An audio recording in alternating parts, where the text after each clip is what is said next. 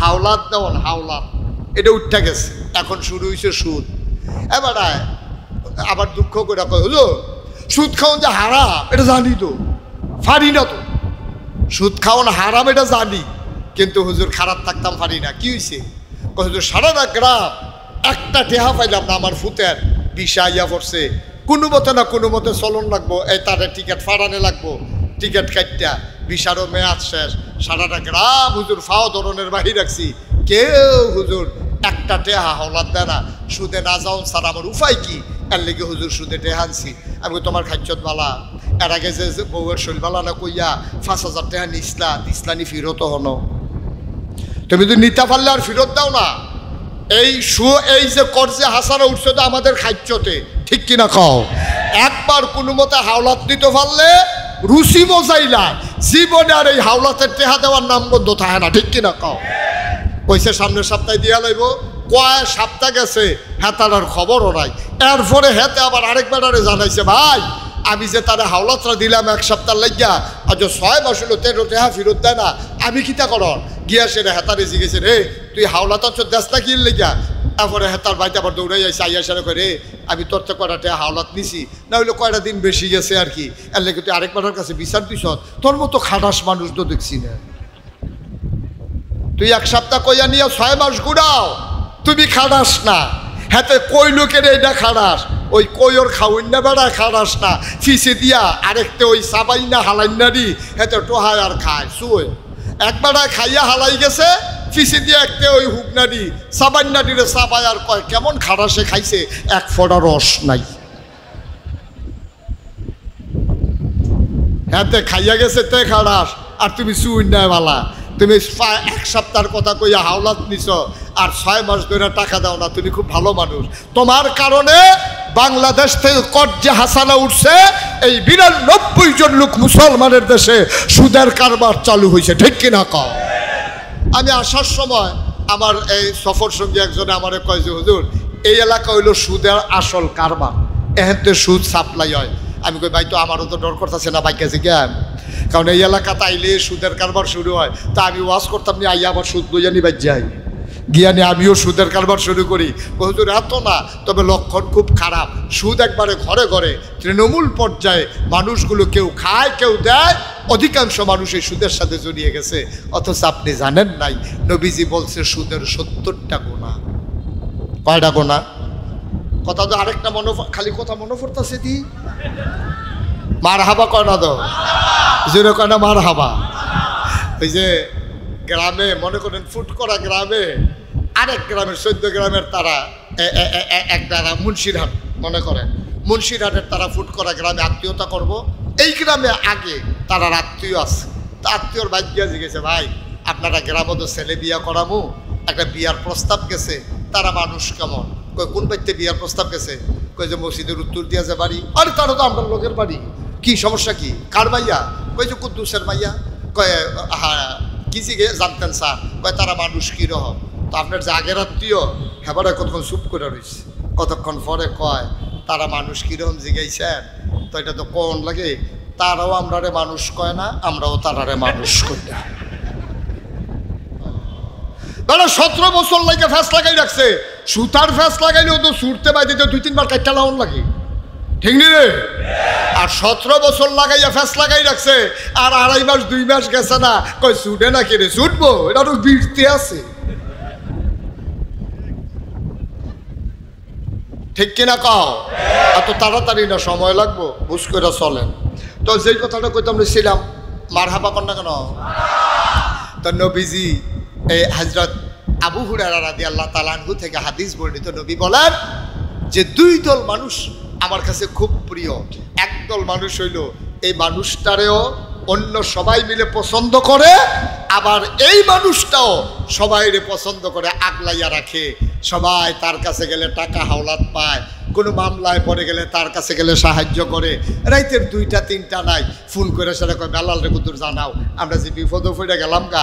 এবারায় একটু ভালো মানুষ, আগের তারা তো সিটারি বাটফারি কইরা কোনো মতে দিন কাটাইছে, ভোটের বেলা পাওয়া গেছে, অন্য সময় পাওয়া যায় না। বেলাল রে একটু ফোন দাও, বিপদের দিনে দৌড়াই আসবে। রাইতের 3টা 4টা নাই, মামলা যখন খাইছি বেলালে কইলে থানায় শুনবে, এই রকম নেতা আজকে বাংলাদেশে খুব বেশি প্রয়োজন, ঠিক কিনা বলো? 5ই আগস্টের পরে আমি যখন ডিসি সাহেবের সাথে দেখা করলাম, যখন এসপি সাহেবের সাথে দেখা করলাম, ওনারা বললেন যে হুজুর কখনো তো আসেন নাই। আমরা বলি আমরা কি থানার দালাল নাকি নিয়ে আমরা বুকিয়ে লিখা, যেদিন বিপদে পড়বেন ডাক দিবেন আসি, ঠিক কিনা কও? আপনারা যখন আমরা থানার দালাল হইলে না থানার দিয়ে বইয়া থাক, আর এখন যেহেতু বিপদও আছেন বাড়িলে ফিটা দিয়ে লাই, ফিটাতে বাঁচানোর লেগে আমরা আসছি, ঠিক কিনা কও? সুতরাং আমরা তো দরকার নাই থানায় গিয়ে তদবির করার, আমাদের কোনো দরকার নেই। এতদিন দেখবেন কেমনে? আমরা তো দেখা দিতে চাই না, আমরা মানুষের বিপদের দিনে আসছি। সুতরাং বিপদে যখন পড়বেন এই নাম্বার রয়ে গেল, ফোন দেবেন, মে হো না, আমরা আসবো, রাতের 3টা 4টা হোক, এতে কোনো সমস্যা নাই, ঠিক কিনা বলেন? আল্লাহ যেন হেফাজত করে, সবাই করা আমিন। তাহলে এই মানুষ হইতে হবে আপনাকে পরম নির্ভরতায়, মানুষ যেন এসে সুখ দুঃখের কথা বলতে পারে, আর আপনিও যেন মানুষকে ভালোবাসতে পারেন, হৃদয় উজাড় করে দিয়ে ফাবিমা রাহমাতিন মিনাল্লাহি লিনতা লাহুম, মনটা হবে কোমল নরম। শুধু মানুষ না, আপনি পশু পাখির জন্য হবেন দয়ার আধার, যেমন করে নবী ছিলেন। সুবহানাল্লাহ বলবেন না? এই মানুষ হওয়া চাই, কিন্তু আজকে তো এই মানুষ আর নাই। কথা তো আরেকটা খালি কথা মনে পড়তেছে, দি মারহাবা কয় না, তো জোরে কয় না মারহাবা। ওই যে গ্রামে মনে করেন ফুট করা গ্রামে আরেক গ্রামের 14 গ্রামের তারা একটা মুন্সিরহাট, মনে করেন মুন্সিরহাটের তারা ফুট করা গ্রামে আত্মীয়তা করব। এই গ্রামে আগে তারা আত্মীয় আছে, তা আত্মীয়র বাইক গিয়া জিজ্ঞেসে, ভাই আপনারা গ্রামে তো ছেলে বিয়া করামু, একটা বিয়ার প্রস্তাব গেছে, তারা মানুষ কেমন? কই কোন বাড়িতে বিয়ার প্রস্তাব গেছে? কই যে মসজিদের উত্তর দিয়া যে বাড়ি। আরে তারা তো আপনার লোকের বাড়ি, কি সমস্যা কি? কার মাইয়া? কই যে কুদ্দুসের মাইয়া। কয় হ্যাঁ, কি জিগে জানতেন স্যার? কয় তারা মানুষ কীরকম? তো আপনার যে আগের আত্মীয় হেবারে কতক্ষণ চুপ করে রয়েছে, কতক্ষণ পরে কয় তারা মানুষ কীরকম জিগাইছেন? তো এটা তো কোন লাগে, তারাও আমরারে মানুষ কয় না, আমরাও তারারে মানুষ কই না।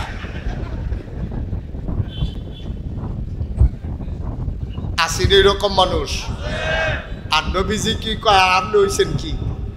নবীজি কয় কি? আল্লাহ নবী কয় তুমি এমন মানুষ হয়ে যাও তোমারে যেন মানুষ পছন্দ করে। তুমি এমন মানুষ হয়ে যাও তোমার ফাঁসির আদেশ শোনার পরে মানুষগুলা যেন জীবন দেওয়ার জন্য প্রস্তুত হয়ে যায়, ঠিক কিনা? তুমি এমন মানুষ হও, আবার মানুষের কাছে মানুষের জন্য তুমি এমন হও, এটাই হচ্ছে প্রকৃত মনুষ্যত্ব। আল্লাহ থেকে বড় পছন্দ করেন এমন মানুষ হয়ে যাওয়া লাগবে। এমন মানুষ যদি হয়ে যেতে চাও তাইলে কর্জে হাসানা দেওয়া লাগবে, সুদ খাওয়া যাবে না, ঠিক কিনা? আজকে কর্জে হাসানা উঠে গেছে, হাওলাত দেওয়ান হাওলাত এটা উঠে গেছে, এখন শুরু হয়েছে সুদ। এবার আবার দুঃখ করে কয় হলো সুদ খাওয়ান যে হারাম, এটা জানি তো, পারি না তো। সুদ খাওয়ান হারাম এটা জানি, কিন্তু হুজুর খারাপ থাকতাম পারি না। কি হয়েছে?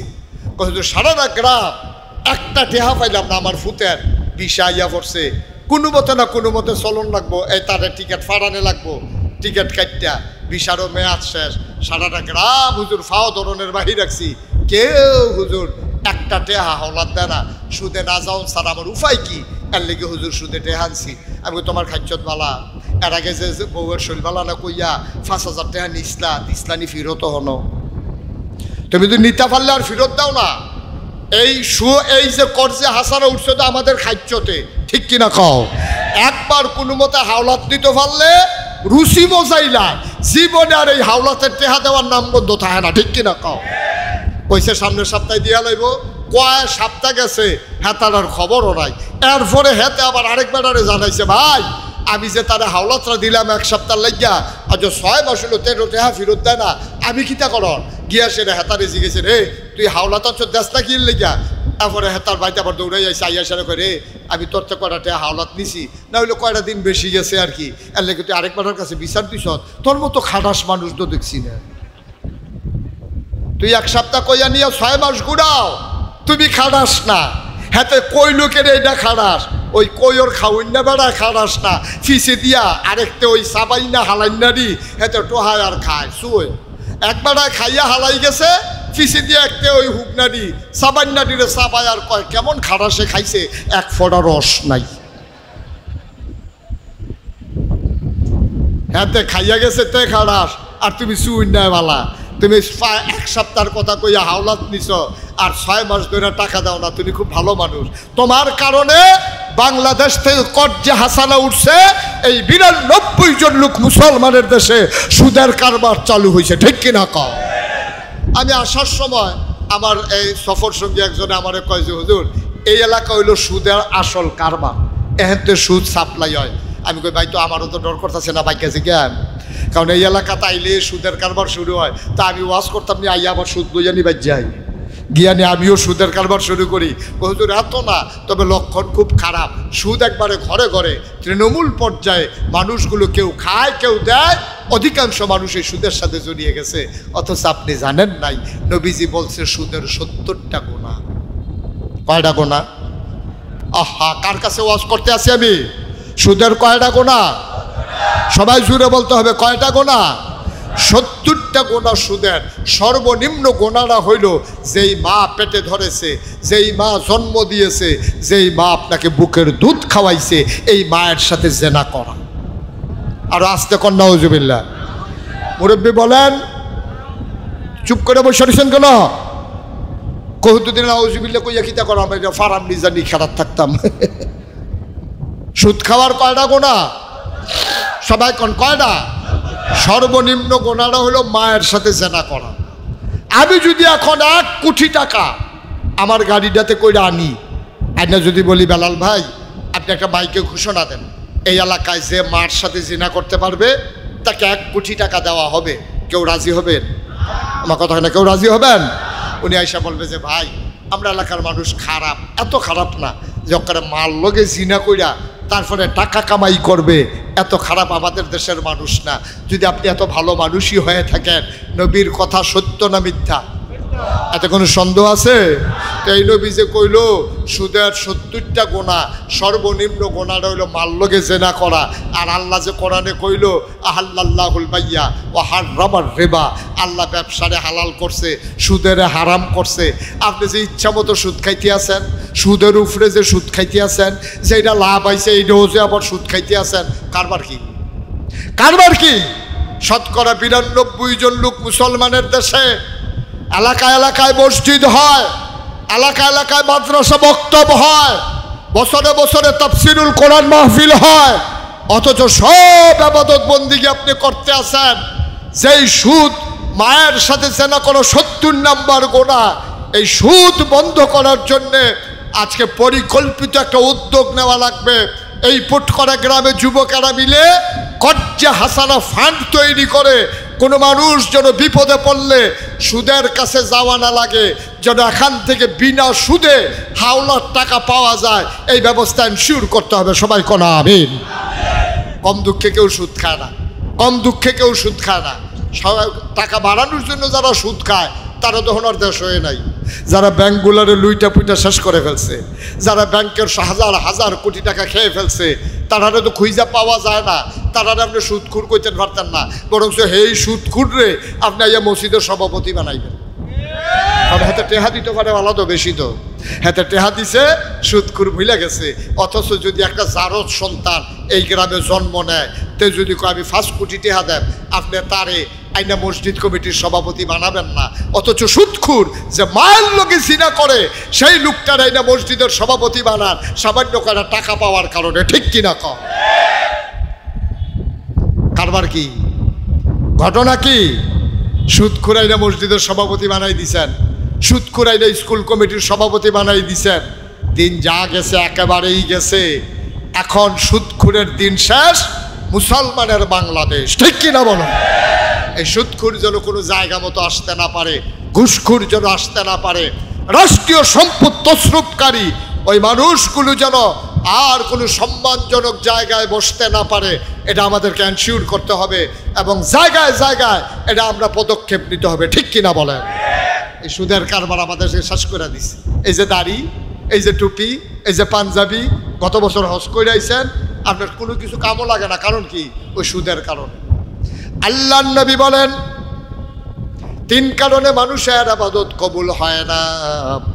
সহি নিয়ত যদি না থাকে, সঠিক নিয়ম যদি না থাকে, হালাল খাবার যদি না থাকে, যতই ইবাদত করো ভাই, যতই হজ করো, যতই আর কুরবানি দাও, যতই রোজা রাখো, তাহাজ্জুদ পড়ো, নফল পড়ো, ইশরাক পড়ো, চাষ পড়ো, তোমার নামাজের জায়গায় নামাজ আছে, আমার আল্লাহ তোমার নামাজের দিকে ফিরেও তাকাবেন না। বলেন নাউজুবিল্লাহ। সাংঘাতিক জঘন্য একটা কাজ।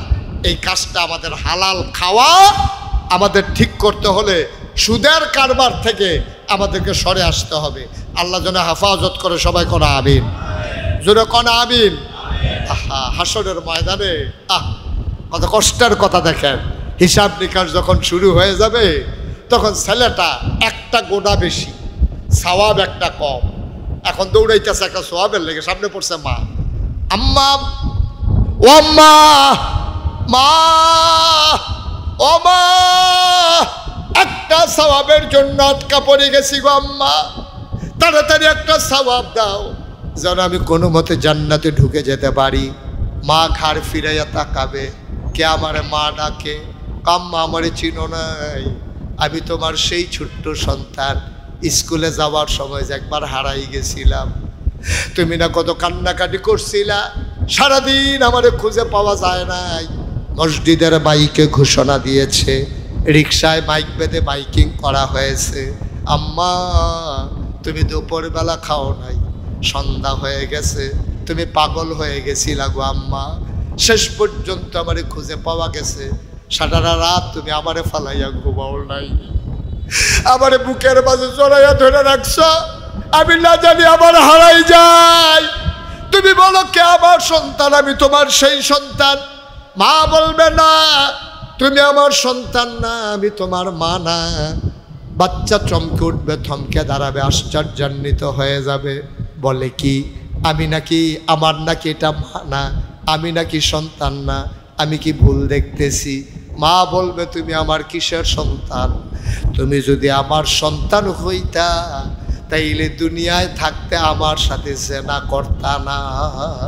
নাউজুবিল্লাহ বলবেন না? আহা, কোন জায়গায় নাউজুবিল্লাহ বলা লাগে জানেন না আপনারা? বলেন নাউজুবিল্লাহ। যদি তুমি আমার সন্তান হইতা তাহলে তুমি কি আমি মায়ের সাথে জেনা করতা? ছেলে তো একবার জিব্বায় কামড় দিয়ে ফেলবো, এটা কি বললা? আমি তোমার সাথে জেনা করছি? হ্যাঁ।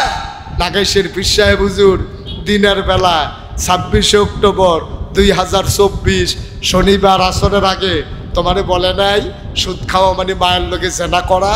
তুমি শুননা তারপরে বাড়িতে গিয়া আবার সুদের কিস্তির টিহা তুলছ না? তুমি তো জিকিরও করছো মসজিদে বইয়া বইয়া, লা ইলাহা ইল্লাল্লাহ, লা ইলাহা ইল্লাল্লাহ, এর ভিতরে দিয়ে হাতে ফোন দিছে কিস্তির টিহা দেউন নাই।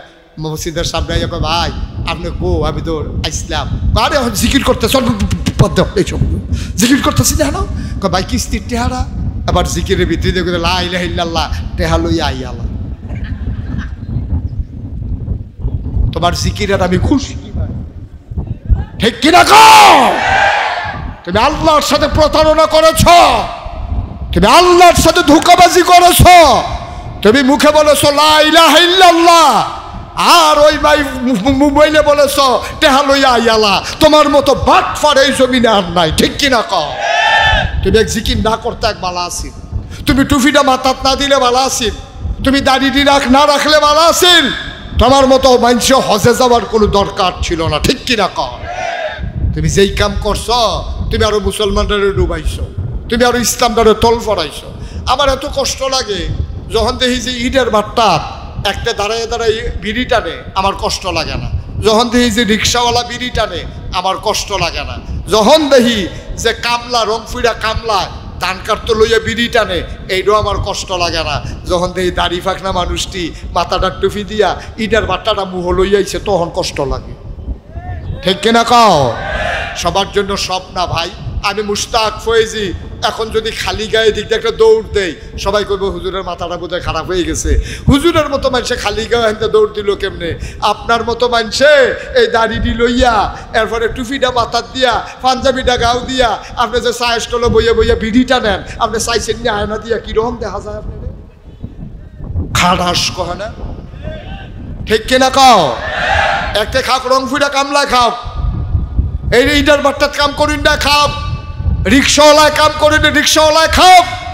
আপনার মুখে এইরকম সুন্দর চেহারা লইয়া, দাড়ি লইয়া, টুপি লইয়া আপনার মুখে বিড়ি মানায় না। আপনি মসজিদের ভিতরে 5 ওয়াক্ত নামাজ পড়েন, আপনারা ফলাফানে গত বছর হজ করাই আনছে, আপনি মুসলমান কইয়া পরিচয় দেন, মাহফিল গিয়ে আক্কাতারও বইয়া থাকেন, আপনি না গেলে মুয়াজ্জিন একামত দেয় না। আপনার মতো মানুষ সুদ খাইতে পারেন না, ঠিক কিনা কও? কিন্তু নিজের ওজন নিজে বুঝছেন, নিজের ওজন নিজে বুঝছেন। নিজের ওজন যদি নিজে না বুঝেন তো মানুষে বুঝবে কেমনে? কথা তো আরেকটা মনে পড়ছে, কলকাতা। কি কথা? একটা গেছে কলকাতা ডাক্তার দেখাইতো, কলিকাতা আর কি, হ্যাঁ কলিকাতা, হ্যাঁ গেছে ডাক্তার দেখাইতো। গেছে পরে তার লগে আরো 2-3 জন গেছে। দেখি আসে না, তার আবার গুস্ত খাওয়ানোর খুব শখ। গরুর গুস্তর গন্ধটা তার নাও ঢুকলে তার হুঁশ থাকে না। তো কলকাতা গেছে ডাক্তার দেখাইতো। ডাক্তার দেখাইতো গিয়ে আসে না, রাস্তার কান্দার মধ্যে হোটেল দেখছে।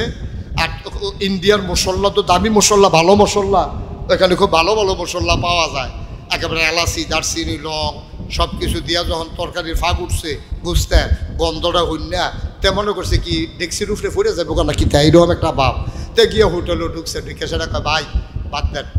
তো বাদ দিছে, পরে কয় কি দিয়া খাইবেন? গাড়ি গুস্ত দিকে বললাম বাবার জিগায় কি দিয়া খায় গুস্ত দেন। এখন গুস্ত দিয়া বাদ দিয়াতে ইচ্ছা মতো খাইছে, চর্বিওয়ালা গুস্ত। তে মাত্র হইতে খাইয়া সেটা আত্রা মুছতে মুছতে বাড়ুইছে। একটা তার লোকে যে গেছিল হেতে ফুট করা গ্রামের, হেতে দেখা কই কি তারে করতে পারিলি, এই যে গুস্ত দিয়ে ভাত খাইয়া আইলাম। কই যে কোন হোটেলও খাইছ? কই যে এই হোটেলও। কারণ এটা তো হিন্দু হোটেল। কারণ গরুর গুস্ত। কত হিন্দু হোটেলে তোর লেগে গরুর গুস্ত রাঁধছে? কত এটা কি এর গুস্ত? কই শুয়োরের গুস্ত। এখন খাওয়ানোর বেলা খাইছে, চর্বি দিয়া মজা মজা কইরা আবার ফেস কেটটা লইছে। এখন যেতে বাড়ুইছে, যখন হচ্ছে শুয়োরের গুস্ত, তার কি আরাম না বেআরাম? আর কথা কয়টা লোক টিকিটা বুঝলাম না কিছু। আরাম না বেআরাম? শান্তি না অশান্তি? আরাম না ভূমি ভূমি বা? তার তো হুশ নাই, শুয়োরের গুস্ত খাইয়া লাইছে। তে করছে কি তা গিয়া ট্রেনের কান্দাত গিয়া কোনো মতে ভূমি টুমি করে ইয়া তার আত্রা ধরে লাইছে। ভাই তুই আর আমি ছাড়া তো কেউ জানে না, ইন্ডিয়ার তারা তো আর বাংলাদেশও যাইতো না, তোর আত্রা ধরি অনুরোধ তুই এটা আমরা গ্রামও গিয়া করছা। আমি বুঝলে হারামও খাইলাম নই, ওখানে আল্লাহ সাক্ষী কসম ফরসি ফিরা করতাম ফাটাম, আমি কোনো জীবনেও খাইলাম নই। আমি এটা বুঝছি না, খাইয়া লাইছি। তুই যদি এটা দেশ গিয়া কস তাহলে আমি আর ইজ্জত দেখাইতাম, মুখ দেখাইতাম পারতাম না। দয়া করে তুই না না না, এটা কি কোন কথা নাকি? এটা তুই বলে খাইয়া লাইছ, এটা কয়াম গিয়েতাম। তে খাইছে হেতে, অনুরোধ করছে হেতে, আর যেতে দেখছে তে কুম্বালা বাংলাদেশও আইব, কাম লাগলে ফ্লাইট আসবো কোনের লেগিয়া। তে বাংলাদেশটা তাইয়া দোহানটার কাছে আরো ঘটনা একটা ঘটছে রে। কয় কিতা? কয় ইন্ডিয়া। কয় কিতা করছে ইন্ডিয়া? কয় আরে আপনার তে যে বিদেশ গেল ডাক্তার দেখাইতো, যে কারবার করে বসে তোরা কইলাম আবার কইচাতে হুনলে কইলাম মনে কষ্ট পাইবা, আমার না করছে কইতাম। মোটামুটি 5 মিনিটের ভিতরে পুরা গ্যারাম রয়েছে। তে ইন্ডিয়া গিয়ে শুয়োরের গুস্ত খাইয়াইছে। ওহন তারও তো মনে আছে, এ তার বাড়িতে আর গুস্ত রান্না করলে তে আর খাইতে পারে না, কারণ শুয়োরের গুস্ত দেখলে তার এটা মনে পড়ে। গেছে 1 বছর। কয় বছর? আমার কথা না, কয় বছর? 1 বছর পরে এই গ্রাম একজন বড় দাবি বড় ধনী মানুষ মারা গেছে। পরে হেবারায় নিয়ত করছে এই গ্রামে যত লোক আছে সবাই গরুর গুস্ত দিয়ে ভাত খাওয়া নেব, যা ফতইব। হেবারা গরু টু রান্না জব করছে। তেমনও করছে 1 বছর গেছে গা, সবাই বোধহয় বইলা লাইছে আমি বোধহয় এখন খাইতাম ফারাম মন্ডায় কয়। তে ফেস কাঁচামরিচ পকেটও লইয়া ওই জাফতের দিকে খাইতে বইছে। খাইয়া মাতৃ মাইকা মাত্র নলাটা দিব, কেডা জানি ফিসে দিয়া ইন্ডিয়া।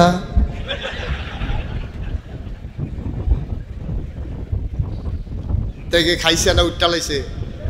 আমার কথা কেনা খাইছে না উঠটা লাইছে? চৌদ্দগ্রামের মুসলমান, তোমরা আল্লাহর মাকবুল বান্দা হতে চাও, লাইনে আসো।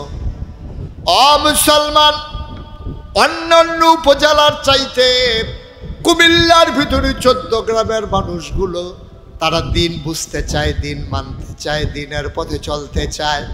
তারা দিনের মুজাহিদদেরকে তারা নিজেদের মতামত দিয়া সংসদে পাঠাইতে চায়, ঠিক কিনা? তারা বড় আল্লাহ ভীরু মানুষ, তারা বড় সচেতন নাগরিক। আর লম্বা সময় দরকার নাই রে ভাই। আবার মন দিয়ে শোনো, যেই শুয়োরের গোশত ইন্ডিয়া খাওয়ার পরে 1 বছর পরে খাইতে গেলেও মনে হয়ে গেলে আর খাওয়া হয়ে ওঠে না ভাই। যেই সুদের 70টা গুনাহ, বুঝলে বুঝছো না বুঝলে না, আগে খাইলে খাইছো। শুয়োরের গোশত যেমন হারাম, কুত্তার গোশত যেমন হারাম, সুদ খাওয়া তার চাইতে আরো বেশি হারাম, ঠিক কিনা?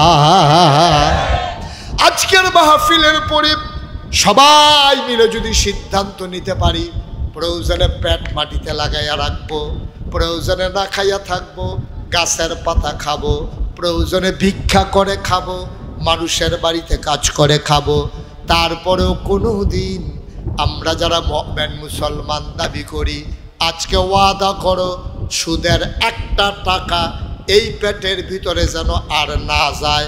সবাই পড়ো আমিন। আমরা কি রাজি আছি? একটু দেখাইতে পারবো আল্লাহকে? পারবেন? দেখাইয়া যে কি বিপদও পড়ছেন। একবার বিপদের দরকার তাড়াতাড়ি নামাইলেইতে আছে, ওই হেবাড়ায় কই তুললে তুলছি, তাড়াতাড়ি নামাইলে সারছে। ভাই কি যে কারবার করতে আসি, একেবারে আপনি লেখা রাখেন সাদা কাগজে, আপনার নামাজ কোনো কাজে লাগবে না, আপনার রোজা কোনো কাজে লাগবে না। আপনি মনে করছেন সুদের টাকা দিয়া আপনি যেমনি পড়লে এমনি চলে যাবেন, হবে না, হবে না। হারাম কামাই দিয়া কেউ যদি সওয়াবের নিয়ত করে, না কুফরি, মানুষটা কাফের হয়ে যাবে। আপনি সুদের টাকা দিয়ে যদি মসজিদে টাকা দেন আর যাই না শুনে সুদের টাকা দেন, তাহলে আপনি কাফের হয়ে যাবেন, কারণ আপনি হারামকে হালাল বানাই ফেলছেন, ঠিক কিনা? কন না, এই কাজ করা যাবে না। আমরা এইটাই আজকের মাহফিল থেকে আমাদের শপথ হোক। 3টা শপথ নেব আমরা। কয়টা? আমার কথা কথা কয়টা?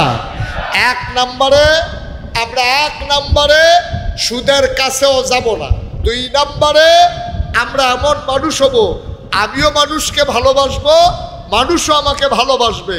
আর 3 নম্বরে আমার সবচেয়ে মূল্যবান যে দামি জিনিস, আমার মতামত, আমার ভোট, এটার কারণে কোনো দুষ্কৃতিকারী, কোনো সুদখোর, কোনো মুদখোর, কোনো জুয়াখোর, কোনো জেনাখোর, যারা অবৈধ মেলামেশা করে, মানুষের সাথে মানুষের সম্পদ লুণ্ঠন করে, এইসব মানুষগুলো যেন আমাদের মাথার উপরে নেতা হয়ে বসতে না পারে, এটা আমরা ইনশাআল্লাহ 100% এনশিওর করবো ইনশাআল্লাহ, ঠিক কিনা বলো?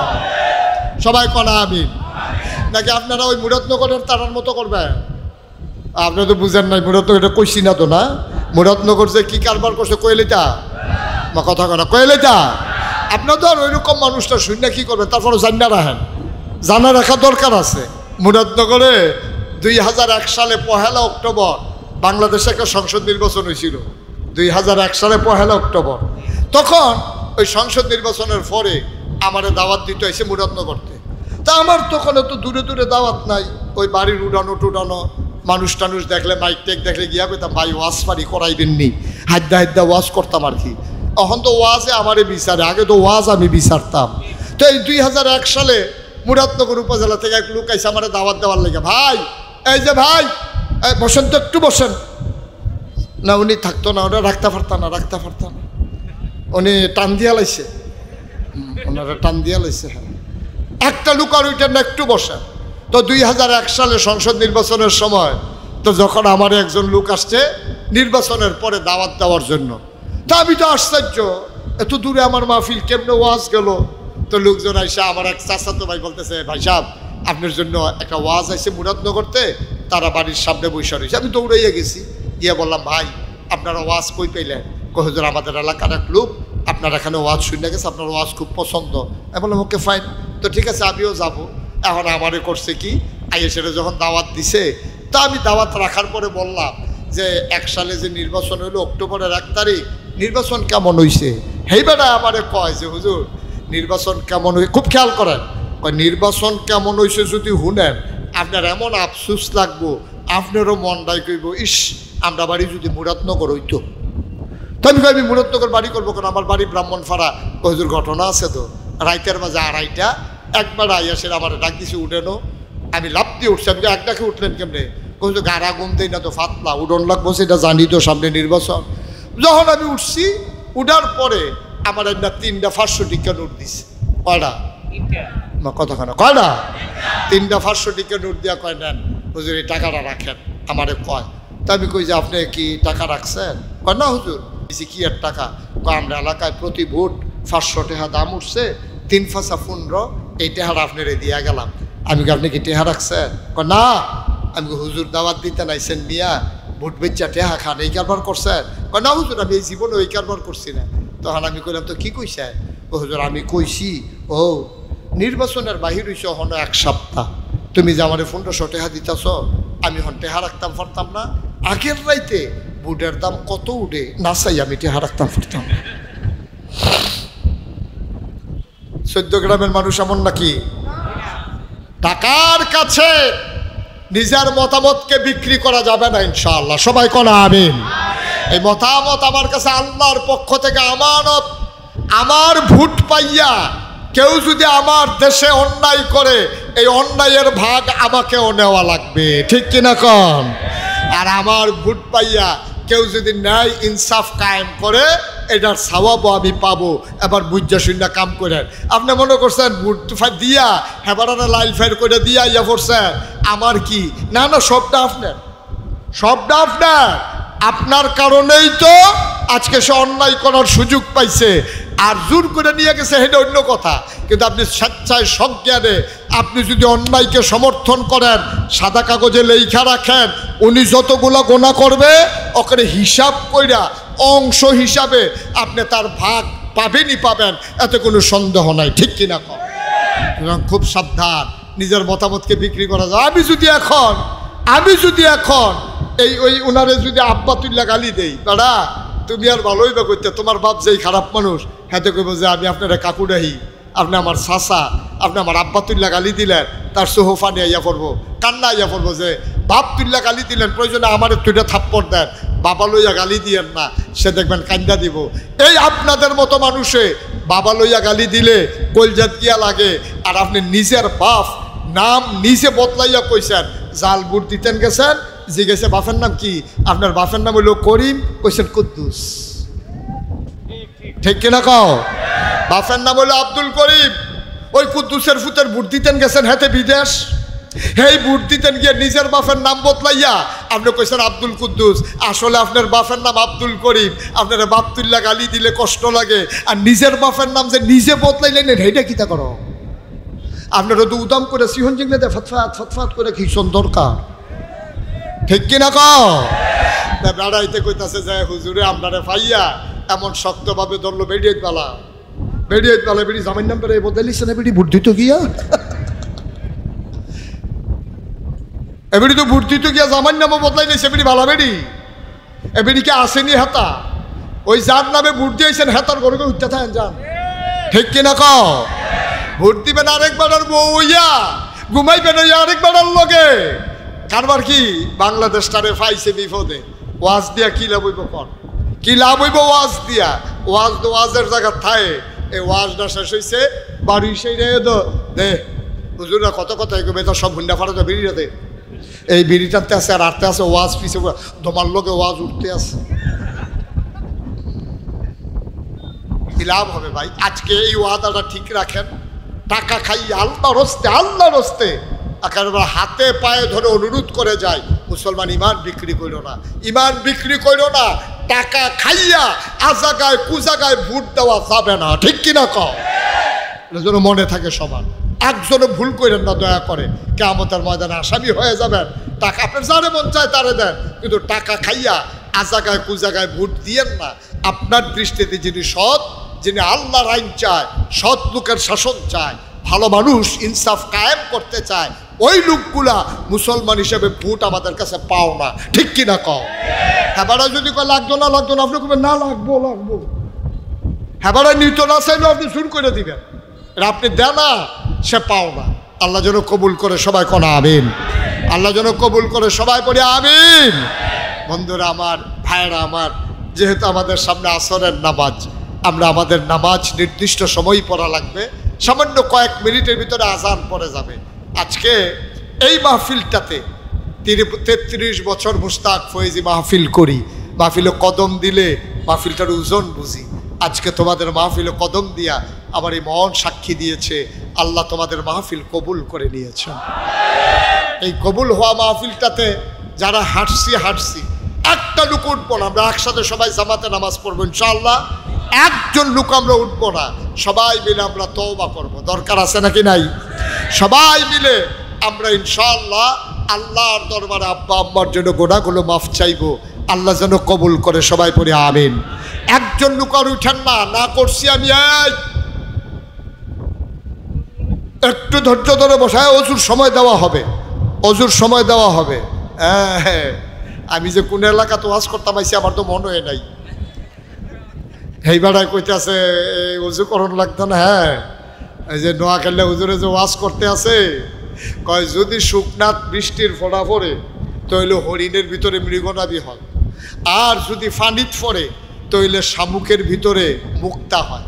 এখন আরেক বেড়ায় যে নোয়াখালীর, হ্যাঁ বেড়ায়, কয় হুজুর একটা প্রশ্ন আছে। কয় কি প্রশ্ন? কয় শুকনাথ ফললে কি হয়, ফানিত ফললে কি হয় বুঝছি, যদি ফেহে ফানিয়ে পড়ে কি হইব সেটা তো আর বুঝছি না।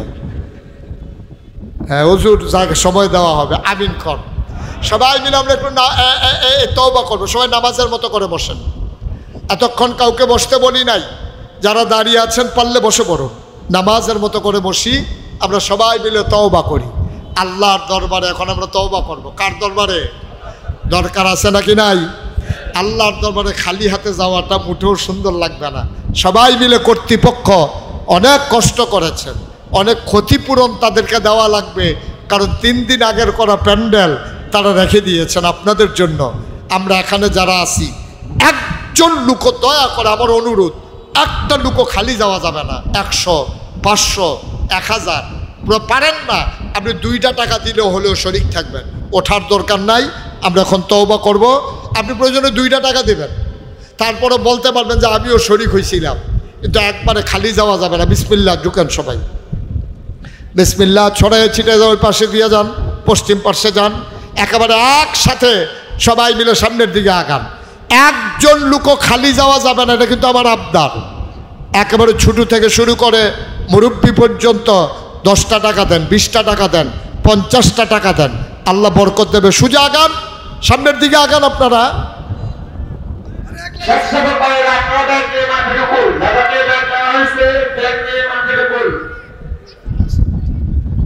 সবাই মিলে আগান, সামনের দিকে যান, উঠেন না কেউ। আয় ছেলে বসো। আমি কাউকে উঠতে না করছি, সবাই মিলে দোয়া করবো, যে যা পারেন দেন। এই ফাঁকে আমরা সবাই মিলে তওবা করি। সবাই পড়েন, আউযু বিল্লাহি মিনাশ শাইতানির রাজিম, বিসমিল্লাহির রহমানির রহিম, আস্তাগফিরুল্লাহ রাব্বি মিন কুল্লি যামবি ওয়া আতুবু ইলাইহি লা হাওলা ওয়ালা কুওয়াতা ইল্লা বিল্লাহিল আলিয়্যিল আযীম। হে আল্লাহ, হে আল্লাহ, হে আল্লাহ, ইচ্ছায় অনিচ্ছায়, প্রকাশ্যে গোপনে, শয়তানের কুমন্ত্রণায় পড়ে, নফসের তাড়নায় পড়ে জীবনে যত গুনাহ করেছি, কবিরা সগীরা, শিরক, বেদাত, সমস্ত গুনাহ থেকে খালেস অন্তরে তাওবা করতেছি। হে আল্লাহ, গুনাহ মাফ করে দাও, তাওবা কবুল করে নাও। আশহাদু আল্লা ইলাহা ইল্লাল্লাহু ওয়াহদাহু লা শারীকা লাহু ওয়া আশহাদু আন্না সাইয়্যিদানা হাবিবানা মাওলানা মুহাম্মাদান আবদুহু ওয়া রাসূলুহু সাল্লাল্লাহু আলাইহি ওয়াসাল্লাম। আমিন, আমিন, আমিন। সবাই যারা টাকাগুলো উঠাইছেন, টাকাগুলো নিয়ে চলে আসেন। ব্যাগগুলা নিয়ে চলে আসেন, আমরা সবাই এখন দোয়া করব। দোয়া করবেন না? এই বসেন, একটু দোয়া করে যান। সবাই মিলে আমরা এখন দোয়া করব, আল্লাহ যেন কবুল করে। সবাই পড়েন আমিন। সবাই সূরা ফাতিহা পড়েন। বিসমিল্লাহির রহমানির রহিম, আলহামদুলিল্লাহি রাব্বিল আলামিন, আর রহমানির রহিম, মালিকি ইয়াউমিদ্দিন, ইয়্যাকা না'বুদু ওয়া ইয়্যাকা নাস্তাঈন, কুল হুয়াল্লাহু আহাদ, আল্লাহুস সামাদ, লাম ইয়ালিদ ওয়া লাম ইউলাদ। দরুদ শরীফ, আল্লাহুম্মা সাল্লি আলা সাইয়্যিদিনা মুহাম্মদ। শুনেন, আপনারা মাহফিলের জন্য সবাই যা পারেন দিয়েছেন। আপনার নাগাইশ অনেকেই জান নাই আজকে। হ্যাঁ, ও মাশাআল্লাহ, মসজিদের কাজ না সবাই জেনে গেছেন। সোশ্যাল মিডিয়ার সুবাদে আমার মসজিদের খবর সবার কাছে পৌঁছে গেছে। নাগাইশ দরবারে বাংলাদেশের অন্যতম একটা মসজিদ হচ্ছে, যেটাতে একসাথে নামাজ পড়বে ৬,০০০ লোক। মারহাবা বলবেন না? আয় বসেন, একটু বসেন, আমাকে কথা বলতে দেন। একসাথে নামাজ পড়বে ৬,০০০। আহা, একসাথে নামাজ পড়বে কয় হাজার লোক? ১৯,০০০ স্কোয়ার ফিট মসজিদ। আর মসজিদের বাজেট ধরা হয়েছে প্রাক্কলিত ব্যয় ৩০ কোটি টাকা। আমার মসজিদের বাজেট ৩০ কোটি টাকা। ওই যে এক ভাই জানতে চাইছে মসজিদের কাজের কি খবর। একতলার ছাদ হয়ে গেছে, সিঁড়িগুলো হয়ে গেছে। সিঁড়িটাই ১২৫ ফুট চওড়ায়, নিচে থেকে একবারে দোতলায় সিঁড়ি। ৫,০০০ স্কোয়ার ফিট শুধু সিঁড়িটা। আবার মসজিদে ৩০ কোটি টাকা বাজেট ধরা হয়েছে। এই পর্যন্ত খরচ হয়ে গেছে ৪,৭,৫০,০০০ সামথিং। এই মসজিদ আমাদের স্বপ্নের মসজিদ। আমি একটা রিক্সাওয়ালা পাইলেও আমার মসজিদের কথা বলি, কারণ আল্লাহ নবী বলেছেন, মান বানা লিল্লাহি মসজিদান বানাল্লাহু লাহু বাইতান ফিল জান্নাহ। যে দুনিয়ায় মসজিদ বানাবে, আল্লাহ নাকি জান্নাতে তার জন্য ঘর বানাবে। সুবহানাল্লাহ বলবেন না? আমার এই স্বপ্নের মসজিদে আমি মুশতাক ফয়েজি, আমি ১ বছর মাহফিল করে যত টাকা হাদিয়া পাইছি, পুরো ১ বছরের হাদিয়া ২৫ লক্ষ টাকা দিয়া তারপরে মসজিদের কাজ শুরু করছি। আলহামদুলিল্লাহ বলেন। আজকে যদি কেউ মনে করেন যে হুজুর ইনশাআল্লাহ আমি মসজিদে ১,০০০ টাকা দিয়া, ৫০০ টাকা দিয়া, ১০টা টাকা দিয়া শরীক হতে চাই, আল্লাহর ঘর মসজিদ, আল্লাহ যেন জান্নাতে আপনার জন্য ঘর বানিয়ে দেয়, আমি প্রাণ ভরে দোয়া করে দেব। একজন লোকও খালি যাইয়েন না, 2টা টাকা দেন, তাও তো বলতে পারবেন নাগাইশের এই মসজিদে আমি একজন গর্বিত সদস্য। মাশাআল্লাহ, মাশাআল্লাহ। আমার বিলাল ভাই এবং আমাদের এক ব্যবসায়ী ভাইরা 2-1 মিলে অনেক টাকা দিয়েছেন। আমার ভাতিজা, আমার রুহারে কলিজার টুকরা, আমার সন্তান, মাশাআল্লাহ 500 টাকা দিয়েছেন। সবাই মিলে আরেক ভাই দিয়েছেন 500 টাকা। একজন লোকও, 2-1 একটু ভেতরে যান, যারা দিতে চান দেন, আর বাকি তারা আমরা দোয়া করি। হ্যাঁ, আমরা নামাজ পড়া যাবে না? ওকে, জি ইনশাআল্লাহ আমরা সবাই মিলে একটু শরীক থাকি আর সবাই মিলে একটু দোয়া করি। আচ্ছা, ঠিক আছে, ঠিক আছে, ইনশাআল্লাহ আল্লাহ যেন কবুল করে। আমরা সবাই মিলে দোয়া করব, যে যা পারেন দেন, আর সবাই মিলে আমরা দোয়া করি। আল্লাহুম্মা আমিন। রব্বানা যালামনা আনফুসানা ওয়া ইল্লাম তাগফির লানা ওয়া তারহামনা লানাকুনান্না মিনাল খাসিরিন। রব্বানা আতিনা ফিদ দুনিয়া হাসানাতাও ওয়া ফিল আখিরাতি হাসানা ওয়া কিনা আযাবান নার। আয় আল্লাহ, আমাদের এই মাহফিল তুমি কবুল করো। আমরা যারা হাত বাড়াইলাম, আমাদের জীবনের গুনাহগুলো মাফ করে দাও। আমাদের বংশধর যারা কবরে, আল্লাহ কবরগুলোকে তুমি জান্নাতের টুকরা বানিয়ে দাও। আয় আল্লাহ, যেই ঘরে খাওয়া দাওয়া করলাম, আল্লাহ ভাইজান ছিলেন, আমি যখন এসেছিলাম, আজকে আমার ভাই নাই, আল্লাহ কবরটাকে জান্নাতের টুকরা বানিয়ে দাও। আয় আল্লাহ তাআলা, আমরা সবাই তোমার কুদরতে সফর্দ হইলাম, তুমি মাওলা আমাদের সবার জামিনদার হয়ে যাও। আয় আল্লাহ তাআলা, যেই পথে চললে তুমি খুশি, তোমার হাবিব খুশি, সেই পথে চলার তৌফিক দান করে দাও। আমি আসি আর না আসি, আমি থাকি আর না থাকি, আজকের এই মাহফিল উপযুক্ত খাদেম দিয়া কিয়ামত পর্যন্ত তুমি মাওলা কায়েম আর দায়েম রেখে দিও। ইয়া রাব্বাল আলামিন, মাওলা রব্বে করিম, আমার মুরব্বী বাবা যারা দীর্ঘ হায়াত দিয়ে দাও। পর্দার আড়ালে আমার মায়েরা বোনেরা আবেদা সালেহা জাহেদা বানাইয়া দাও। ইয়া রাব্বাল আলামিন, কলিজার টুকরা যুবকেরা মাথার গাম পায়ে ফেলে রাত জেগে জেগে পাহারা দিয়া এই মাহফিলের প্যান্ডেল রেখে দিয়েছে গো মাওলা। তুমি মাওলা সবার জন্য আজকের মাহফিল নাজাতের উসিলা বানাইয়া দিও ইয়া রাব্বাল আলামিন।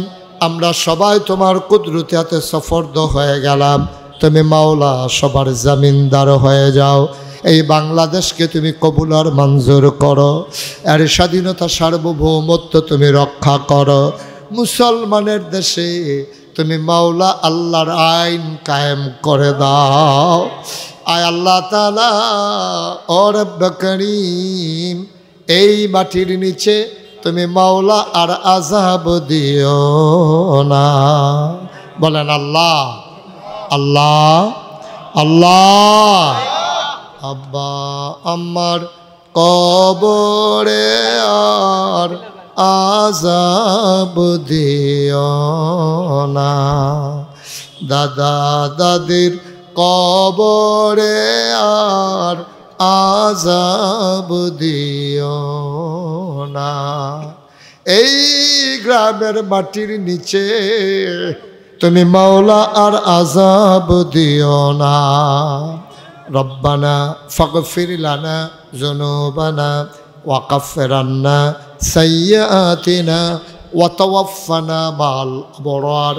আমিন আমিন আমিন ইয়া রাব্বাল আলামিন। বিহাক্কে কলমে তয়্যিবা লা ইলাহা ইল্লাল্লাহু মুহাম্মাদুর রাসূল।